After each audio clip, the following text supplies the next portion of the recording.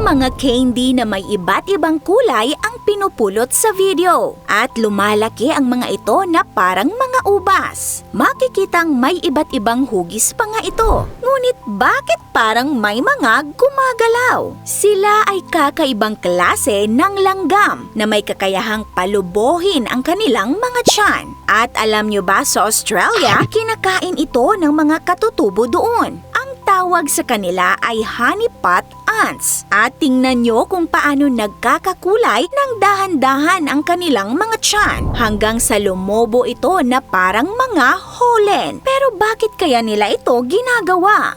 Ang langgam ay kabilang sa pamilyang Formicidae at may mahigit 12,000 species sa buong mundo. Makikita sila sa halos lahat ng panig ng mundo, maliban na lamang sa Antarctica. Kung iisipin natin, ang first 3 letters ng Antarctica ay ant. Pero ironically, walang ants o langgam doon. Ang mga langgam ay namumuhay bilang isang colony na binubuo ng queen, drones o male ants at workers. At ang bawat isa ay may specific role. Isa sa mga kakaibang species ng langgam ay ang Camponotus inflatus o Australian honeypot ant. Tinatawag itong honeypot ants dahil sa kinakain nilang honeydew. Sila ay matatagpuan sa dry o semi-dry regions gaya ng Australia, US, Mexico at Africa, kung saan nakatira sila sa komplikadong lungga sa ilalim ng lupa. Pero bakit nga ba sila kakaiba? Itinuturing na kakaiba ang honeypot ants dahil ang ilan sa kanilang workers na tinatawag ding riplets ay lumulobo ang tiyan. Sa tiyan nila iniimbak ang sugar at liquid nutrients na nakukuha nila mula sa flower nectar at honeydew. Ang honeydew ay dumi ng insekto na aphids. Iniipon nila ang mga ito kaya sila lumulobo at nagmimistulang mini pantry. Kapag lumaki na ang kanilang tiyan, hirap ang mga riplet maglakad-lakad. Kaya naman to the rescue ang ibang worker ants at pinapakain sila. Sa oras naman ng tagutom o kung walang makuhang pagkain, inilalabas ng riplets sa kanilang bibig ang naipong liquid sugar nutrients na siya namang kinakain ng kanilang mga kasama sa colony. Ito ay kanilang paraan ng adaptation para makasurvive lalo na sa panahon ng tagtuyot. Pero hindi lang sa kapwa nila langgam nakatutulong ang honeypot